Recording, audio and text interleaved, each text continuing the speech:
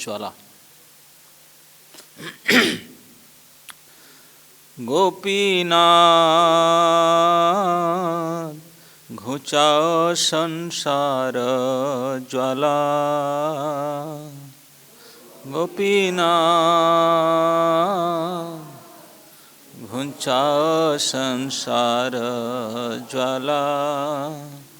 अविद्या जातना आर नाही सहे, अविद्या जातना आर नाही सहे, जन्म मरण माला,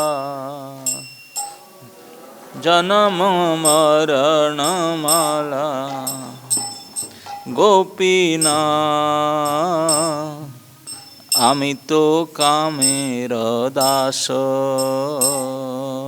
गोपी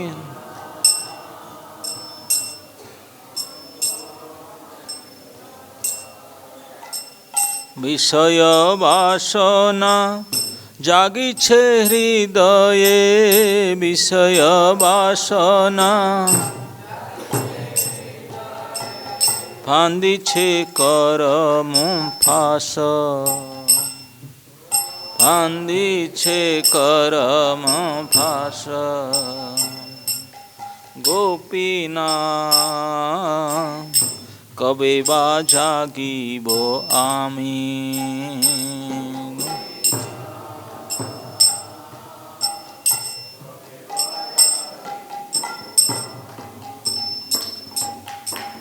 কামরূপ অরি দূরে তিয়াগিব, কামরূপ অরি হৃদয়ে স্ফুরিবে তুমি, হৃদয়ে স্ফুরিবে তুমি। গোপীনাথ আমি তো তোমার জন, গো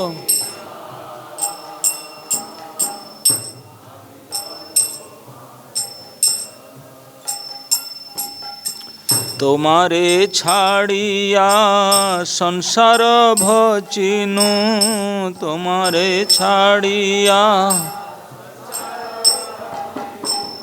ভুলিয়া আপন ধন, ভুলিয়া আপন ধন। গোপীনাথ তুমি তো সকলি জানো,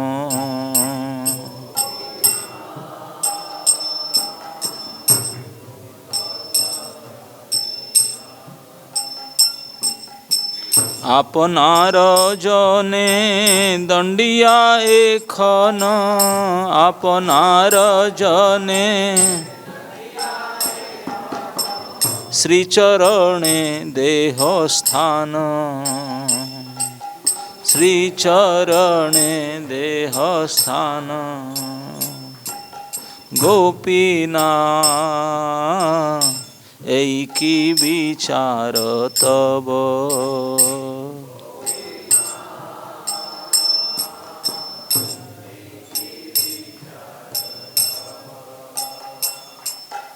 বিমুখ দেখিয়া ছাড়ো নিজ জনে, বিমুখ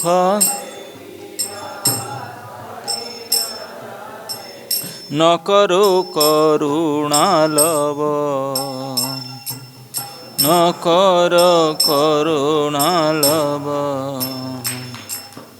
গোপীনাথ আমি তো সুখের মূরখ অতি,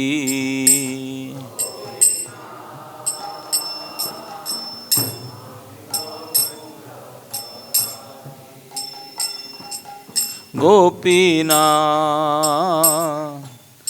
আমি তো মূরখ অতি।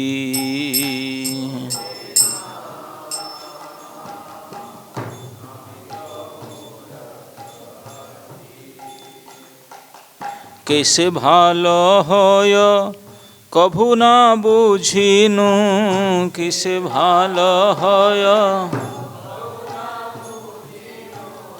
তাই হেন মম গতি, তাই হেন মম। গোপীনা তুমি তো পণ্ডিত বর,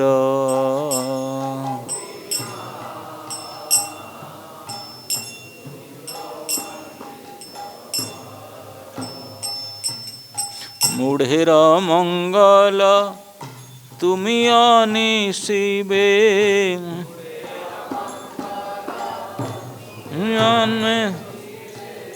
এ দাসে না ভাব পর, এ দাসে না ভাব পর। গোপীনা বুঝাও সংসার জ্বালা,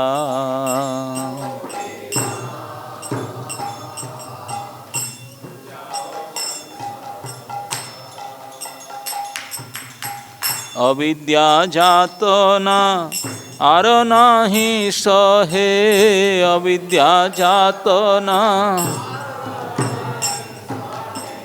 জনম মরণ মালা, জনম মরণ মালা। হরে কৃষ্ণ হরে কৃষ্ণ কৃষ্ণ কৃষ্ণ হরে হরে, হরে রাম রাম রাম হরে হরে।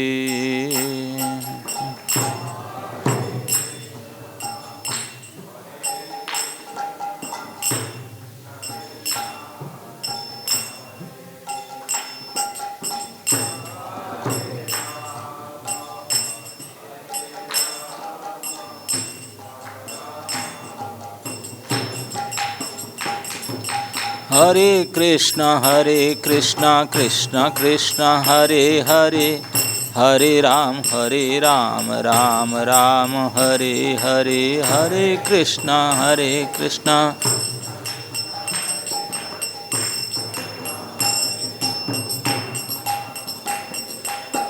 कृष्णा हरे कृष्णा कृष्णा कृष्णा हरे हरे, हरे राम राम राम हरे हरे। हरे कृष्णा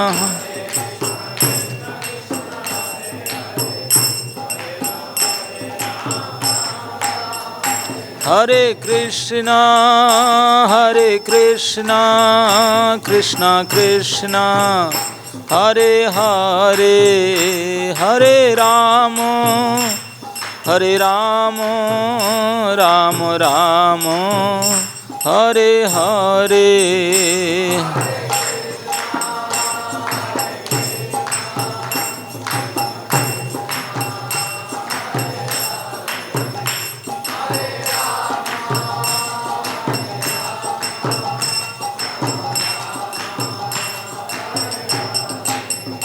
जय कृष्ण बलराम कृष्ण बलराम जय कृष्ण बलराम।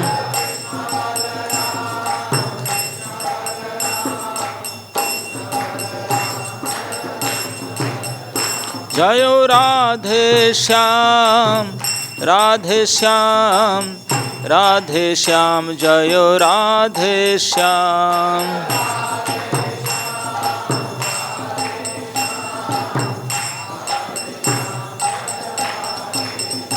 निताई गौर हरि बोल हरि बोल हरि बोल हरि बोल।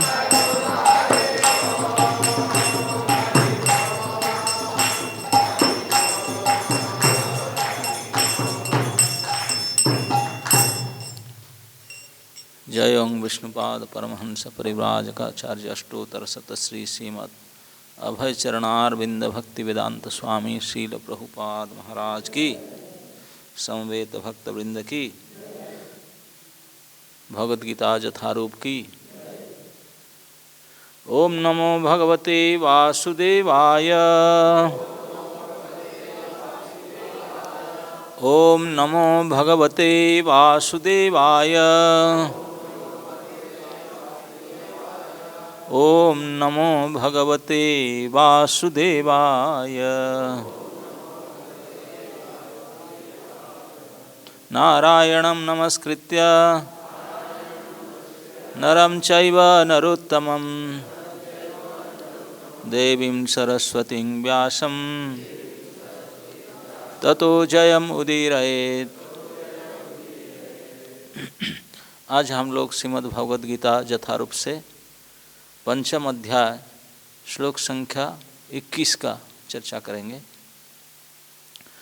बाह्यस्पर्शेषु असक्तात्मा विन्द्यतात्मनि यत् सुखम् स ब्रह्म योगयुक्तात्मा सुखम अक्षयमश्नुते। बाह्यस्पर्शेषु असक्तात्मा विन्दत्यात्मनि यत् सुखम् स ब्रह्म योगयुक्तात्मा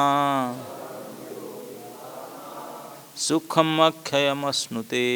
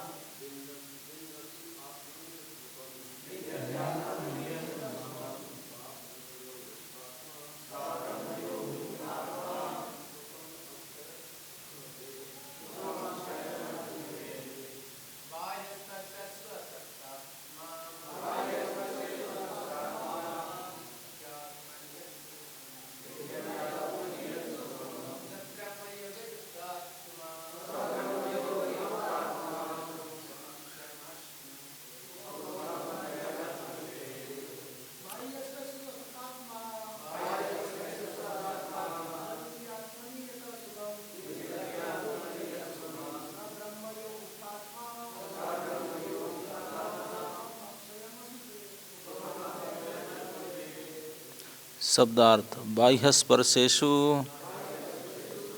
बाह्य इंद्रिय सुख में असक्तात्मा अनासक्त पुरुष विन्दति भोग करता है आत्मनि आत्मा में यत सुखम जो सुख स वह ब्रह्मयोग ब्रह्म में एकाग्रता द्वारा युक्त आत्मा आत्मयुक्त या समाहित सुखम सुख अक्षयम असीम अश्नुते भोगता है। अनुवाद एवं तात्पर्य श्रील प्रभुपाद जी के द्वारा अनुवाद। ऐसा मुक्त पुरुष भौतिक इंद्रिय सुख की ओर आकृष्ट नहीं होता, अपितु सदैव समाधि में रहकर अपने अंतर में आनंद का अनुभव करता है। इस प्रकार स्वरूप सिद्ध व्यक्ति परम ब्रह्म में एकाग्रचित्त होने के कारण असीम सुख को प्राप्त करता है। तात्पर्य कृष्ण भावनामृत के महान भक्त श्री चमुनाचार्य ने कहा, जदवधि मम चेत कृष्ण पदार बिंदे नवनवरस धामन उद्यतं रंतुमासीत तदवधि बत नारी संगमे स्मर्यमाने भवति मुख विकारः सुष्ठु निष्टिवनं च। जब से मैं कृष्ण की दिव्य प्रेम भक्ति में लगकर उसमें नित्य नवीन आनंद का अनुभव करने लगा हूँ, तब से जब भी काम सुख के बारे में सोचता हूँ तो इस विचार पर ही थूकता हूँ और मेरी होंठ अरुचि से सिमट जाता है। ब्रह्मयोगी अथवा कृष्ण भावना भावित व्यक्ति भगवान की प्रेम भक्ति में इतना अधिक लीन रहता है कि इंद्रिय सुख में उसकी तनिक भी रुचि नहीं रह जाती। भौतिकता की दृष्टि में काम सुख ही सर्वोपरि आनंद है। सारा संसार उसी के वशीभूत है और भौतिकतावादी लोग तो इस प्रोत्साहन के बिना कोई कार्य ही नहीं कर सकते, किंतु कृष्ण भावनामृत में लीन व्यक्ति काम सुख के बिना ही उत्साहपूर्वक अपना कार्य करता रहता है। यही आत्म साक्षात्कार की कसौटी है। आत्म साक्षात्कार तथा काम सुख कभी साथ साथ नहीं चलते। कृष्ण भावना भावित व्यक्ति जीवन मुक्त होने के कारण किसी प्रकार के इंद्रिय सुख द्वारा आकर्षित नहीं होता। ओम अज्ञानं तिमिरान्धस्य ज्ञानाञ्जनशलाकया चक्षुरुन्मीलितं येन तस्मै श्रीगुरवे नमः। श्रीचैतन्यमनोभीष्टं स्थापितं येन भूतले स्वयं रूपकदा मह्यं ददाति स्वपदान्तिकं।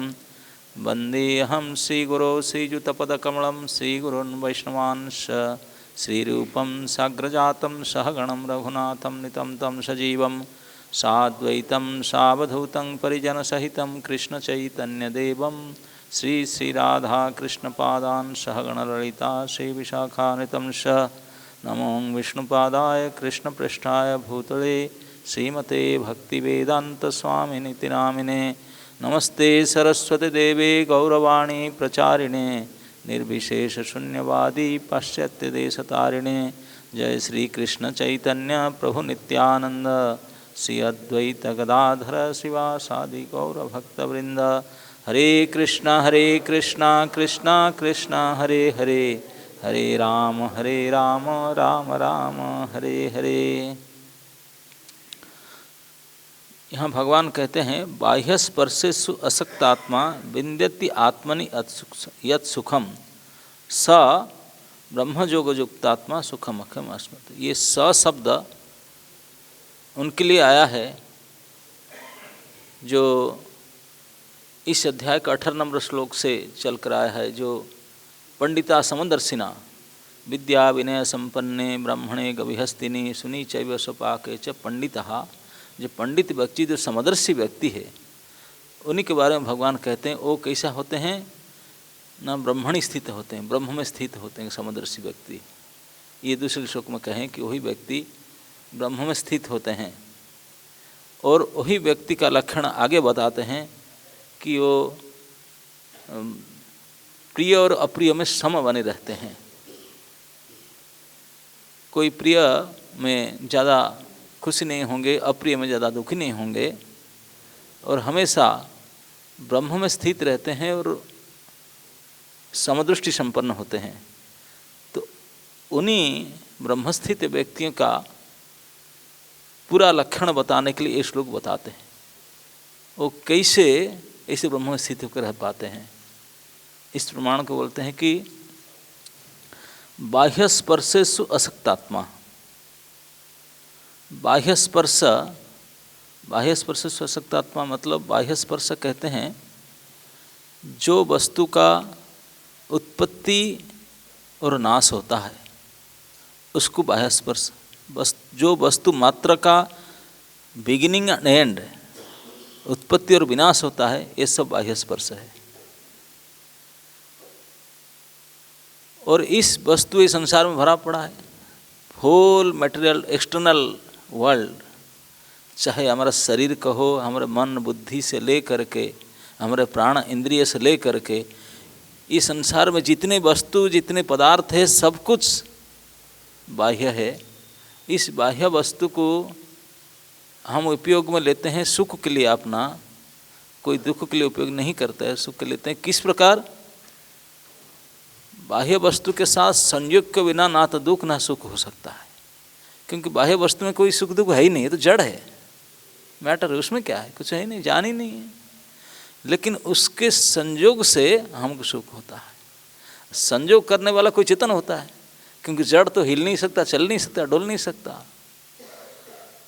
तो संयोग द्वारा कैसे सुख होता है, किस प्रकार संयोग होता है ना, शब्द स्पर्श रूप रस गंध, इस प्रकार से जो 5 संबंध होता है, उस संबंध में सुख, विच्छेद में दुख।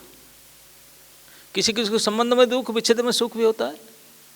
जैसे अभी हम बैठे हैं, इतने सारे विंटर क्लोथ्स पहने, इतने मोटे नीचे कारपेट डाले हैं, और फिर भी पूरा टोपी फोपी सब पैकअप करके बैठे हैं, सुख मिलता है उसमें। अब 3 महीने के बाद ऐसे बैठ सकते हैं? अरे बोले इसी चलाओ यार, नहीं चलता, फैन नहीं चलता, नहीं हो। जो बाह्य वर्ष को स्पर्श करके भी सुख पाते हैं, वही दुख के कारण बन जाएगा।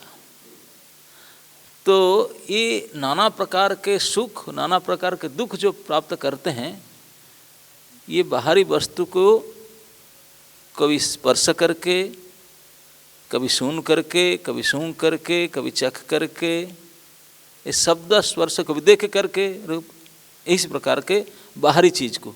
लेकिन ये जो चीज़ें हैं, जितने बाहरी चीज़ जिसको कहते हैं, ये सब प्रकृति द्वारा निर्मित है। ये शरीर भी प्रकृति जात है, ये संसार भी प्रकृति जात है, ये शरीर भी प्रकृति जात है। और तो उसको प्रकृति जात जितने भी द्रव्य है, उसका लक्षण है, उसका बनता है और बिगड़ता है, हमेशा परिवर्तनशील है, कभी एक शरीर का टिकता नहीं है ना। नहीं, समस्त प्राकृत पदार्थ का यही पहचान है, क्या बदलता रहता है क्षण क्षण, और हम उसमें आसक्त होते हैं, इसलिए हमको ये बदलना नहीं दिखता। क्योंकि हम सुखी होना चाहते हैं इस प्राकृत वस्तु से, तो हम वो बदलता रहता है, हम देखते हैं, लेकिन हम उसको नहीं देखते हैं। क्यों? ये दृष्टि हमारा नहीं होता, क्योंकि आसक्ति है। आसक्ति के कारण इस वस्तु का परिवर्तनता को नहीं देख करके उसको संयोग से हम सुखी होना चाहते हैं। अगर हमारा दृष्टि उसके बदलने पर टिके कि ये तो बदल गया, तब पर हम सुख की आशा नहीं कर सकते, उसमें सुख नहीं हो सकते। नहीं, सुख की आशा से इतने आसक्त है, उसका बदलना हमको दिखता ही नहीं, दिखता नहीं बदलना। और वास्तविक ना तो वस्तु व पदार्थ में, न व्यक्ति में कुछ सुख होता है। व्यक्ति मतलब शरीर में, शरीर को ही वस्तु माना जाता है, क्योंकि शरीर अचेतन है, हम चेतन है। तो जितने भी प्रकार वस्तु या पदार्थ संसार में, किसी में ना सुख है ना दुख है ही नहीं, वो तो जड़ है, मैटर इसमें क्या है। ये सुख दुख हम महसूस कैसे होता है? संयोग और वियोग। कभी संयोग से सुख होता है, कभी संयोग से दुख होता है, कभी वियोग से सुख मिलता है, कभी वियोग से दुख मिलता है। यही दोनों रिलेशन हमारा इस पदार्थ के साथ है, जिसके द्वारा हम कभी सुख कभी दुख के महसूस करते हैं। तो इस बाह्य वस्तु में बाह्य स्पर्श, मतलब जो एक्सटर्नल पदार्थ है जिसमें स्पर्श के द्वारा हम सुख लेते हैं, बाह्य स्पर्श, अगर हम उसमें अनासक्त हो जाएं, उसको हम डिटैच हो जाएं, तब फिर हम डिटैच हो सकते हैं, क्योंकि हम अलग है, हो ये अलग है। चेतन हम है, ये जड़ है, यही है। और यही पूरे गीता में भगवान ने ले देकर सिखाते हैं कि तू यही समझ जा। प्रभुपाद का knowledge means to know the difference between spirit and matter. जड़ और चेतन, उसी को हम ठीक से समझ लें, ये बहुत बड़ी अंडरस्टैंडिंग है, बहुत बड़ी ज्ञान है। तो जड़ जड़ होता है, जड़ धर्म को जानना और चेतन धर्म को जानना, और दोनों को समझना। इसलिए भगवान कितने बार कहते हैं कि इस शरीर को के खेती मानो, ये क्षेत्र है, और क्षेत्रज्ञ और होता है। लेकिन हमारा परिचय, हम क्षेत्रज्ञ को तो जानते नहीं, वो शरीर को ही हम मानते हैं, ये समस्या है। तो यह कहते हैं जो बाह्य स्पर्श, मतलब बाहरी वस्तु से जो असक्त आत्मा है, ये जो स शब्द से ही जुड़ा हुआ है, यही पद उनसे जुड़ा हुआ है। स मतलब कौन? ना जो ब्रह्म में स्थित है, समदर्शी व्यक्ति है, वो किस प्रकार होते हैं ना, उनका बाह्य स्पर्श मतलब बाहरी वस्तु में अनासक्त होते हैं, वो अनासक्त होते हैं। और जो बाह्य वस्तु में अनासक्त होते हैं वो फिर कैसे टिकते हैं ना, विंदति आत्मने सुखम, वो अंदर में सुख लेते हैं, वो बाहरी वस्तु से सुख नहीं लेते हैं। अभी हम देखिए, हमारा शरीर में जितने इंद्रियां हैं, आँख, नाक, कान, हाथ, पैर, जो भी हैं, ये सब बाहरी सुख लेते हैं कि नहीं। आँख बाहरी चीज़ देखता है, कान बाहरी शब्द सुनता है, जिह्वा बाहरी टेस्ट को लेता है, चमड़ी बाहर स्पर्श को लेता है, नाक बाहरी गंध को लेता है, आँख बाहरी रूप को देखता है। अंदर को तो कभी हम झांके ही नहीं, हम अंदर क्या है। जब तक हमारे बाहर वस्तु के प्रति अनासक्त हो जाए, तब अंदर के प्रति दृष्टि जाए, तो अंदर का सुख जो है वास्तविक सात्विक सुख है। वो आत्मा से जो सुख, अपने आप में जो सुख प्रकट होता है, चेतन सुखमय है। सुख है चेतना में, मैटर में, जड़ में सुख भुख है कहाँ, कुछ नहीं है। लेकिन ये चेतन के सुख को जो जाने है उसमें, लेकिन हम पहचानते नहीं। पहचान लेकर ठीक से जाने और पहचान ले तो फिर वो है आत्मिक आनंद या सात्विक सुख। ये जो बाहरी चीज़ों से जो सुख लेते हैं, छू करके, देख करके, पकड़ करके, खा करके, सूंघ करके, सब ये सब राजसी सुख है। ये सब बाह्य वस्तु से जो सुख हम स्पर्श द्वारा संयोग वियोग को धर लेते हैं, ये सब राजसी सुख दुख है। सात्विक सुख तो बाहरी वस्तु से नहीं, अपने आप अंदर से, आत्मा से होता है सात्विक सुख। विंदति आत्मनि सुखम, आत्मा के सुख लेता है, अपने आप में सुखी होता है। इसके लिए कोई बाहरी वस्तु क्या कोई व्यक्ति के ऊपर उसको निर्भर नहीं करना पड़ता ना। वो जानता है कि मैं उन सुख स्वरूप परमात्मा के अंश हूँ, उन्हीं के साथ हमारा रिलेशन है, और वो बाहर में है नहीं, वो अंदर है, और मैं भी उनके साथ हूँ अंदर में। इसी बात को जो चिंतन करते हैं, इसी बात में जो अभिन्नता स्थित हो जाते हैं कि मेरे रिलेशन उनके साथ बिल्कुल अभिन्न है, मैं उन्हीं के संपर्क, उन्हीं के दास हूँ, इसी प्रकार से जो भली प्रकार से समझ लेते हैं, तो ये अंदर से सुख महसूस करते हैं, उन परमात्मा के संबंध के कारण सुख महसूस करते हैं। इस सारे दुनिया उन्हीं के व्यवहार के लिए बाहरी वस्तु उनके उपयोग में है, लेकिन वो है अंदर, हम भी उनके साथ हैं। तो इस प्रकार से जो सुख महसूस होता है, इसे बोलते हैं आत्मनि आत्मसुखम। कभी कभी बड़े बड़े ज्ञानी लोग, फिलोसोफर, जो दार्शनिक लोग भी इतने मग्न रहते हैं अपने दर्शन में, अपने थ्योरी में, थेसिस में, कि बाहरी चीज़ को भूल जाते हैं। कभी कभी हम सुने हैं, इतने बड़े एक तत्वज्ञानी थे, वो कुछ लिख रहे थे, तो शादी करने के बाद कई साल तक पत्नी को पहचान, कई साल के बाद पत्नी उनके साथ रहती, तो जानते नहीं थे, इतने खोए हुए थे अपने रचना में। कई साल के बाद कभी लग, ओ बोला हुआ रही हो, बोला 27 साल के पहले हमारा शादी हुआ था, मैं आपकी पत्नी हूँ, क्योंकि कभी ध्यान ही नहीं था, इतने खोए हुए थे अपने दर्शन में। तो इसे दार्शनिक जो होते हैं इतने खोए जाते हैं, उनको बाह्य सुख में कोई ध्यान ही नहीं रहता, लेकिन वो जो अपने आप में सुख लेते हैं, उसमें भी सूक्ष्म रूप में अहंकार है कि मैं ज्ञानी हूँ, मैं लिख रहा हूँ, मैं जानता हूँ। ये जो अहंकार है, ये सतगुणी सुख का यही दोष है, उसमें सूक्ष्म रूप में अहंग रहता है। लेकिन अगर इस सुख को हम केवल सत्व में रह करके हम कृष्ण के साथ विंदति आत्मनि सुख से ब्रह्मजोगो युक्त आत्मा, अगर वो जो आत्म सुख जो अंदर में सुख महसूस करता है, वो व्यक्ति ब्रह्मजोगो युक्त आत्मा जब भगवान के साथ जोड़ जाता है, बोलते नहीं अहंकार से, मैं नहीं, मैं कौन हूँ, मेरे जो अहंकार, मैं नहीं हूँ, मैं तो कृष्ण के दास हूँ, मैं हरि के दास हूँ, मैं परमात्मा के सेवक हूँ। इस प्रकार से संबंधित होकर जो सुख महसूस करता है, इसको बोलते ब्रह्म से अभिन्न ब्रह्म जोग, ब्रह्म से युक्त होकर के जो आत्मा वो सात्विक सुख से ऊपर उठ जाता है, वो सुखम अक्षय अश्नुते, वो अमृत को आस्वादन करता है। सात्विक सुख जो टेस्ट है उससे भी और कई गुना ज़्यादा टेस्ट है। तो इसको कहते हैं कि जो आत्मा सुख को प्राप्त किया है, ये बाह्य सुख को कभी आनंद नहीं ले सकता। जो अमृत जैसे वस्तु पाया है उसको मिट्टी दे खाने के लिए खाएगा वो? नहीं खाएगा। लेकिन पहले छोटे छोटे बच्चे जो बाकी कुछ खाए नहीं, वो मिट्टी खाते रहते हैं, क्योंकि दूसरी टेस्ट उनको मिला ही नहीं। तो मिट्टी से थोड़ा नमकीन नमकीन कैसा लगता है वो टेस्ट उसी को खाते रहते हैं, पकड़ करके अंगूठा चूसते हैं। लेकिन जब अब उसको अभी अभी जो वस्तु आप खाते हैं, बड़े बड़े गरम नरम मीठा सब वो कई प्रकार के वस्तु वेराइटी सब निकलता रहता है। तो इस वस्तु को जो टेस्ट करेंगे फिर इस वस्तु को छिकार करेंगे।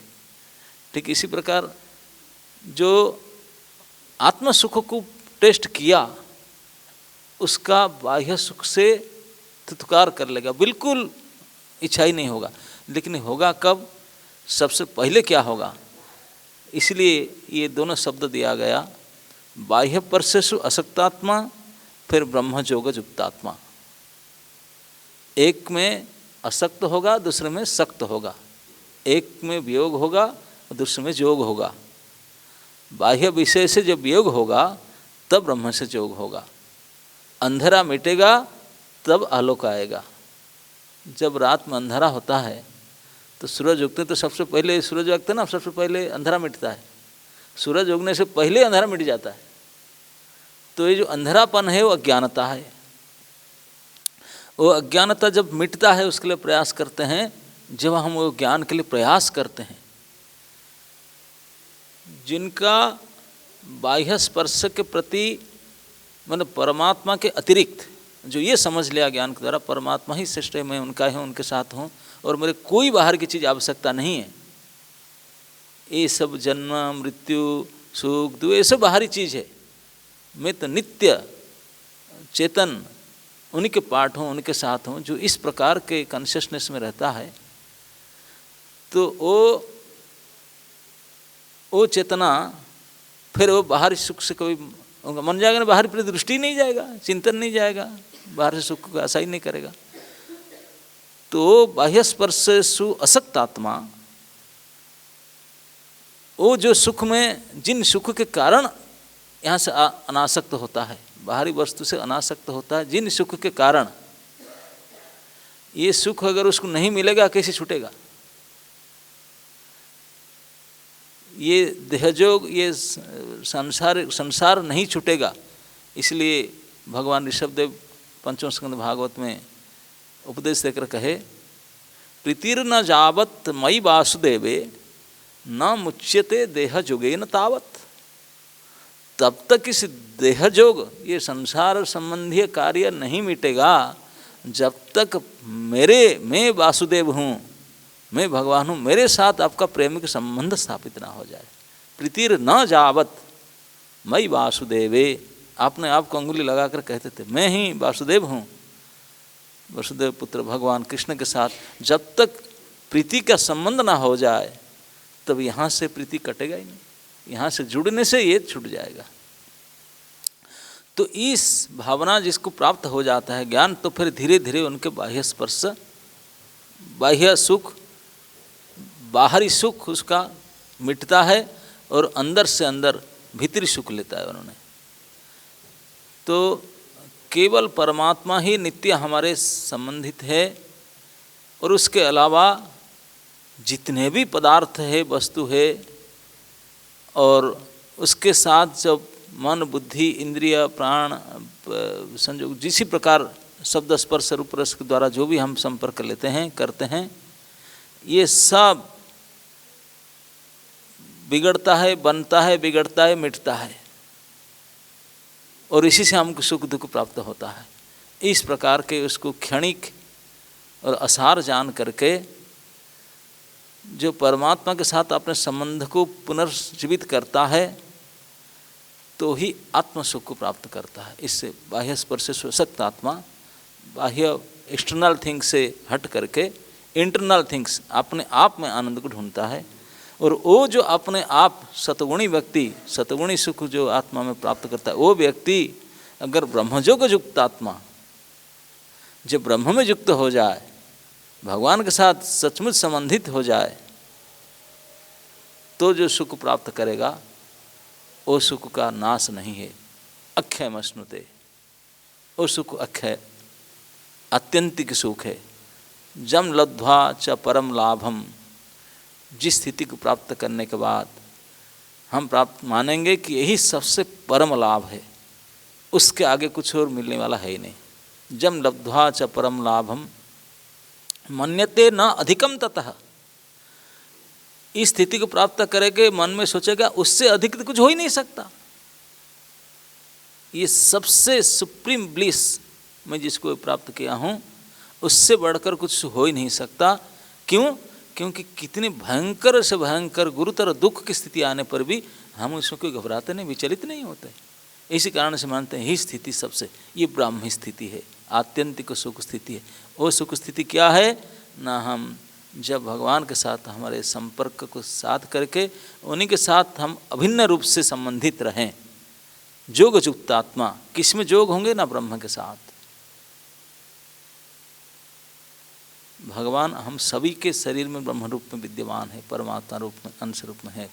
उन्हीं के साथ जब हम युक्त हो जाएं तो इस बाहरी चीज़ से वियुक्त हो जाएं।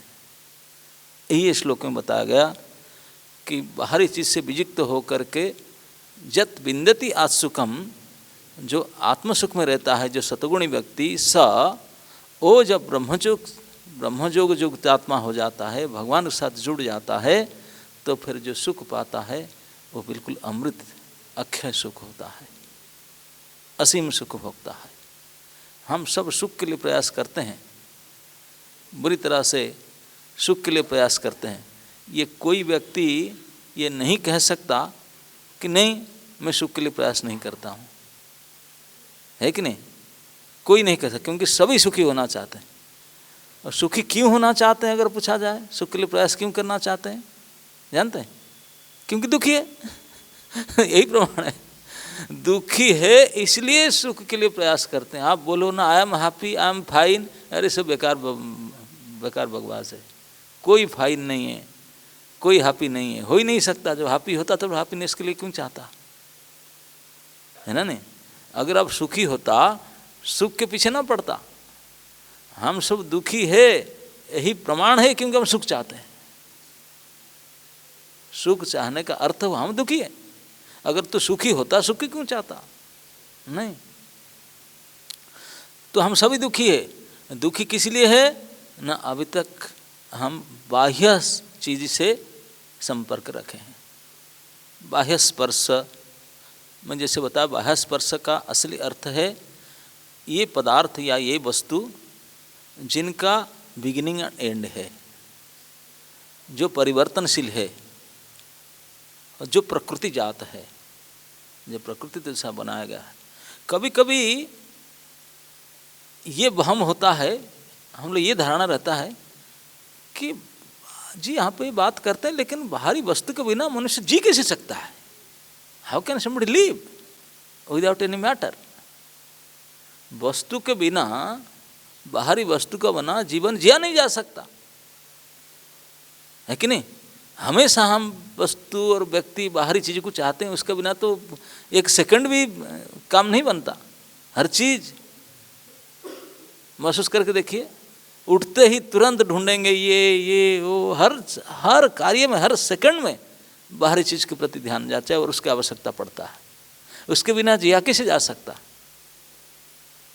ये देखकर लगते है बिल्कुल सत्य बात है कि बाह्य स्पर्श के बिना जिया नहीं जा सकता। लेकिन अगर वस्तुतः सोच करके देखा जाए कि जीना तभी संभव हुआ जब बाहर वस्तु से हम वियोग प्राप्त करेंगे। बाहरी वस्तु जब अलग महसूस करें, वियोग होगा, जब अलग होंगे तब जीवन का महसूस आप कर पाएंगे। आप बोलेंगे कैसे? दिन भर हम सब एक्टिव रहते हैं, दुनिया भर का काम करते तो फिर रात को सो जाते हैं। जब हमारा डीप स्लीप होता है, रियली गहरी नींद होता है, तो हमको ताजगी महसूस होता है कि नहीं? निरोगता आता है कि नहीं? हम लोग जब सो नहीं पाते हैं तो डिजीज का पहले कंडीशन नींद नहीं होता, बहुत बीमारी है। तो जीवन के अति आवश्यकता है। तो डीप स्लीप में होता क्या कि सारे समन से वियुक्त हो गया, अपने पता ही नहीं दुनिया है कि नहीं, जब सुषुप्ति स्थिति है, डीप स्लीप है, उसमें किसी का ध्यान रहता है? कोई समन का, कोई बाहरी वस्तु का? बिल्कुल नहीं। डेड बॉडी की तरह बिल्कुल किसी के ध्यान। और वही वास्तविक आपको जीवन शक्ति देने वाला है, निरोग रखने वाला है, ताजगी देने वाला है, आपको तृप्ति देने वाला है, वही है। क्यों? क्योंकि सबसे अलग होकर के इतने समय रहे, कटअप, किसी बाहर चीज से totally cut up, that is deep sleep. इसी में आप जीवनी शक्ति इसमें प्राप्त होता है। कोई डॉक्टर के पास जाते हैं, को बोलते हैं कि स्लीप कैसा है, सबसे पहले उसके बारे में जानना चाहते हैं। अगर स्लीप अच्छा होता है तो बोलेंगे गुड सिम्टम, सब ठीक ठाक है। पर अब स्लीप गड़बड़ है तो मतलब गड़बड़ी है। स्लीप में होता क्या है? बाह्य वस्तु से वियोग होता है और कुछ नहीं होता। हम सबसे अलग होकर के अपने आप में रहते हैं। और जैसे जगते हैं तुरंत बाह्य वस्तु से जुगाड़ होता है, तो लो तब टेंशन, बीपी हाई होता है, और सब प्रकार के समस्या, दुख सुख झगड़ा सब जब बाह्य वस्तु के साथ होते हैं तभी होता है। और इसलिए कोई लोग बहुत दुनियादारी के काम हम करके बोलते हैं ना, कोई स्लीपिंग पिल लेकर के सो जाना चाहता है, कोई यहाँ से हट कर के समाज में कोई हिमालय, कोई पिकनिक में, कोई एक ऐसे लोनली प्लेस को ढूंढना चाहते हैं। वाई? क्योंकि वियोग में ही जीवन है, वियोग में ही सुख है। पदार्थ बाह्य वस्तु से वियोग में ही वास्तविक सुख है। इसलिए कोई महीना दिन काम करता है, कोई 4 महीना बोलते बहुत हो गया, अब एक छुट्टी लेते हैं। थोड़ा छुट्टी क्यों लेते हैं? थोड़ा आउटिंग करके आते हैं, थोड़ा पिकनिक में जाते हैं, थोड़ा एक्सकर्शन में जाते हैं। सभी सोचते हैं ना, एक्सकर्शन में पिकनिक में जाने का विचार मतलब क्या है? उसके पीछे उसका आशा क्या है? सुख की आशा। क्योंकि इसमें सुख नहीं है। सुबह डेली 10 बजे जाता हूँ, 5 बजे तक ऑफिस करता हूँ, ये काम करता हूँ, यही करते करते थक गए यार, थोड़ा चलते हैं कहीं, घूम कर आते हैं, हफ्ता दिन कि 2 दिन 4 दिन कम से कम। क्योंकि इसमें सुख नहीं है, इसलिए उसमें सुख लेने के लिए जाते हैं। लोनली प्लेस, पिकनिक कैसे जगह करेंगे? जहाँ कोई लोग नहीं जाते होंगे, पहाड़ की चोटी होगा, जंगल होगा, पहाड़ी ऐसे होगा, ऐसे कोई निराली जगह पर समन ढोकर गाड़ी भी नहीं जाता होगा, ऐसे जाएंगे। तो ऐसे जाएंगे, शाम होने से पहले नहीं, चलो चलो चलो, अरे उसमें सुख लेने के लिए वहीं आया, उसमें अगर सुख होता तो वहीं रुकते, नहीं भी रुक नहीं सकते, क्योंकि यहाँ भी सुख नहीं है। अगर यहाँ सुख होता फिर भाग कर आने के लिए मन नहीं करता। पिकनिक में जाएंगे, अब नाच गान हो गया, फिस्ट खाने के बाद नहीं, अभी चलो, शाम हो रहा है, चलो भागो। क्यों? जब सुख ही है तो भागता क्यों? नहीं, सुख इसमें भी नहीं। जिसको आप बुद्धि से बहुत विचार करके पैसा जुगाड़ कर कंट्रीब्यूशन ले करके सुख है यहीं है करके आप गए थे, वहाँ अगर सुख होता तो छोड़कर नहीं आते ना, वहाँ भी सुख नहीं है, इसलिए फिर भाग कर आते हैं, फिर आकर वही रूटीन काम करते हैं, उसमें भी सुख नहीं है। तो सुख क्यों इसमें नहीं है? क्योंकि जब तक बाहरी चीज़ों के साथ हमारा संबंध विच्छेद है तब सुखी हो ही नहीं सकते। सुख तो अपना अंदर ही पड़ा हुआ है। इसलिए महापुरुष गण कभी कभी महत्वाणी में कहते हैं, जल में रहे मैंने प्यासी, सुन सुन आवत हासी। ये सुन करके हंसी लगता है, मुझे हंस लगता है। क्या? पानी में रह करके मछली प्यासे मर गया, पानी में रहता है शुरू से, उसी में तैरता, बाहर पानी के बिना मर गया। हमारा यही हाल है। हमारे अंदर होने के साथ अभिन्न रूप से हमेशा है। ऐसा नहीं कि कुछ समय, अब रियलिटी ये है, ये जो बाहरी वस्तु ये हमेशा बाहर रहता है, उनके साथ हमारा असली संबंध है ही नहीं, था नहीं, होगा भी नहीं, हो भी नहीं सकता ना। और जो अंदर की है, जो परमात्मा, उनके साथ संबंध था, है, रहेगा और हमेशा ही है, हो ही सकता है, दूसरे के साथ हो ही नहीं सकता। तो फिर गड़बड़ी क्या है ना? गड़बड़ी हम उनको भूल गए, इसको पकड़ लिए, मान्यता ही गड़बड़ी है। मान लिए कि भाई उनके बारे में तो ध्यान ही नहीं, मानेंगे क्या? उनको तो भूल ही चुके हैं, भूल ही चुके हैं। कृष्ण भूली सही जी भगवान सागर। कृष्ण को भूल करके बाहरी वस्तु से जो सुख आशा के, यही हमारे ये जंजाल है। हम अभी ये प्रार्थना पढ़ रहे थे, भक्तिविनोद ठाकुर कहते हैं, गोपीनाथ घुचाया संसार ज्वाला। इस संसार में लोग आते हैं केवल काम जनित सुख प्राप्त करने के लिए और कुछ नहीं है। केवल जितने प्रकार की सुख के प्रकार है, डिजाइन है, जो भी कुछ है, बिहाइंड द कर्टन वही है। तो उसको कैसे मिटाएं? अपने प्रयास से मिटने वाला नहीं है। अपने प्रयास से बड़े बड़े ध्यानी योग प्रयास करते हैं समदर्शी होने के लिए, कुछ करने के लिए। बड़े बड़े, जैसे आप इतिहास पुराण में पढ़े हैं, विश्वामित्र मुनि थे, 60,000 साल तप किए थे, लेकिन मेनका के पायल की झंकार में सारे पानी में फिर गया। यहाँ पे हमारा स्वर्णक रोड है, यहाँ सोबरी ऋषि वृंदावन में रहते थे। वो तभी ज़माना में, आज से 5-10 हज़ार साल पहले की बात है, तभी ज़माना में वो बोलते थे कि बाहरी चीज़ से मुझे डिस्टर्बेंस होता है, मेरे भजन नहीं हो पाता, डिस्टर्बेंस होता है। तो चले गए पानी के अंदर। उनके पास ये योग शक्ति था, जल स्तंभन करके पानी के अंदर रह सकते थे। जैसे मछली यदि पानी में रहते हैं, वो स्थल में नहीं रह सकते, हम स्थल में रहते हैं, हम जल में नहीं रह सकते। हमारा बनावटी शरीर का कुछ ऐसा ही डिजाइन है, हम पानी के अंदर नहीं रह सकते हैं, लेकिन मछलियों का शरीर का डिजाइन ऐसा है कि स्थल में नहीं रह सकते। वही खान पान सांस सब लेते हैं, लेकिन कुछ शरीर में कुछ डिजाइन कुछ अलग है, जो यहाँ नहीं रह सकते, हम नहीं। तो लेकिन उनका कुछ शक्ति था जो इस पानी के अंदर भी रह सकते थे। तो उन्होंने पानी के अंदर चले गए, जमुना की अतल गर्भ जान में जाकर बैठ कर वहीं भजन किए। वहाँ भजन के मछली लोग समझे ये एक नया मछली आया लगता है, क्योंकि पानी में तो जलचर प्राणी रहते, कछुआ मछली और जो जलचर प्राणी, ये भी एक नया जलचर प्राणी, हाथ पर है, सब कुछ है। तो उनके साथ तो संबंध हो गया। जो जैसे कई एक नया भक्त आता है 6 महीना 2-4 साल में, उनके साथ बिल्कुल परमानेंट फिर संबंध बन जाता है। तो उनके साथ मछलियों का संबंध हो गया सोबरी मुनि का। अच्छा से रिलेटिव बोले, हमारी पड़ोसी के लोग हैं रिलेटिव है, बड़े अच्छा, ये एक डिजाइन की मछली है, ऐसे समझे।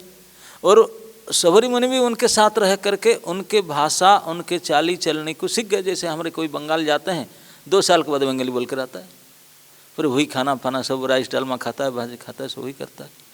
कोई पंजाब में जाता है, वहाँ भी छोले भटूरे खा कर आता है। तो जैसे संग ऐसे रंग। तो वो सोबरी मुनि जमुना के अंदर जल में रह करके वो मछलियों के सोसाइटी के बन गए। वही उनका आधार कार्ड बन गया यहाँ का, वही उनका सोबरी नेता वहीं क्या बन गए, है ना। तो मछलियों के साथ उनका, वो बोले हमारे बड़े नेता आए फर्स्ट क्लास, तो वहीं बन करके रहे।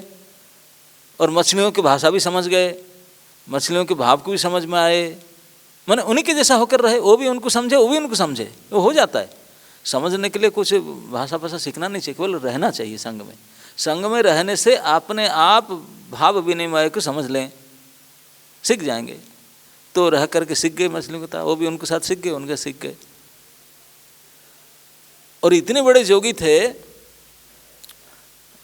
लेकिन मछलियों के संग को देख करके उनके अंदर काम विकार हुआ। तो जमुना के अथल गर्भ जल से उठ करके मथुरा गए। तो मथुरा के राजा मांधाता थे, बोले मुझे शादी करना है, मछलियों को देख करके। और 50 शादी किए, यह वर्णन आता। इतने बड़े योगी थे जो संसार से विषय से हट करके जल में रहे, और इतनी बड़ी योग शक्ति था, और इतनी बड़ी योग शक्ति था कि आपने आप को 50 बना सके और कंदर्प जैसा रूप बना सके। बहुत बड़े योगी थे, योग शक्ति संपन्न थे। लेकिन ये सब इतने बड़े योग शक्ति संपन्न होते हुए, इतनी बड़ी महाशक्तिशाली सटल एनर्जी होते हुए, काम के शक्ति के सामने पराजित हो गए, हार गए। 50 शादी करने के बाद में जो पता चला, बोला रे रे रे रे, इतनी पश्चाताप घोर हुआ। लेकिन पहले से भजन किए थे, तो फिर बैक टू ट्रैक हो गए। तो इस प्रकार से जब तक ब्रह्मयोग युक्त आत्मा भगवान की चेतना में हम उज्जीवित नहीं करते हैं, तो फिर बाह्य स्पर्श सुख से, ये आगे श्लोक में बताए, जो वास्तविक पंडित लोग हैं, ये बाहरी चीज़ जिसका आदि अंत है, यही से बाह्य स्पर्श है, जिस आदि अंत है, इसके प्रति कभी उसमें रस नहीं रमते नहीं है। आगे वाले श्लोक में ही आएगा कि जिस चीज़ का आदि अंत है, बनना बिगड़ना है, परिवर्तनशील, इस चीज़ों में जो न रमती बुधा, बुद्धिमान व्यक्ति कभी नहीं रमण करते हैं उसमें, बल्कि क्यों? क्योंकि ये दुख जो नया, दुख निकलता जहाँ से, दुख के स्रोत है, जिनको हम सुख मान करके ले लिए, ये सुख तो नहीं मिला लेकिन दुख के स्रोत है, कंटिन्यूस दुख मिलता रहेगा। ऐसा नहीं कि थोड़े दिन को बंद हो जाएगा, ना ना ना ना। हम सुख मान करके जिसको मोल लिए उसमें केवल दुख मिलते रहेगा, दुख मिलते ही रहेगा, हाउ कंटिन्यूअस। तो इसलिए न तेसु रमते बुधा, आदि अंत जिसका है वही आदि अंत का कहने का मतलब है बाह्य स्पर्श। बाह्य स्पर्श वस्तु ही आदि अंत वाले होते हैं। तो इसी में अनासक्त होना, जो स व्यक्ति इसके लिए आया जो बाह्य वर्ष से अनासक्त हो गया, उनका आसक्ति उससे मिट गया। और आसक्ति कहाँ पे हो गया? ना अंदर में हुआ, अंदर चीज के प्रति। वो अंतकरण से अपने आप में सुख को महसूस करता है। अंतकरण सुख कैसे महसूस करेगा? अंतकरण तो कुछ है नहीं, हड्डी है, ब्लड है, और क्या आगे अंदर जो माल है वही तो है, उसको तो महाकचड़ा माल है सब। बाहर में तो अच्छे से पैक कर दिया है आउटसाइड, लेकिन इनसाइड माल को जब देखेंगे नहीं। आत्मा को दर्शन करना, बाहर ये मैटर को दर्शन, ये भी सब मैटर है। अंदर में जो श्लेष्मा, रक्त, मांस आदि है, यही सब मैटर है। मैटर को जो देखना है ये भी बाहरी वस्तु है, जो अंदर की प्राकृत वस्तु, जो प्रकृति जन्य नहीं है, वो है परमात्मा। जो परमात्मा रूप में हमारा अंदर है, हम आत्मा इस परमात्मा को अगर ढूंढे अंदर में और उनको जानने के लिए प्रयास करके, उनको समझने के लिए प्रयास करे, तो उसी में जो सुख, इसको बोलते हैं आत्म सुखम। विंद्यति आत्मनि यत् सुखम, वो आत्म सुख में मजा लेगा। अगर उस आत्म सुख में फिर परमात्मा के साथ संबंधित हो जाए, तब तो फिर अक्षय सुख प्राप्त करेगा। तब फिर तो अमृत तो असीम सुख को प्राप्त करेगा। वो स्थिति को प्राप्त करना यही मनुष्य जीवन में संभव हो सकता है। हम लोग इस सुख के लिए प्रयास करना चाहिए। हरे कृष्ण। किसी का कोई शंका है?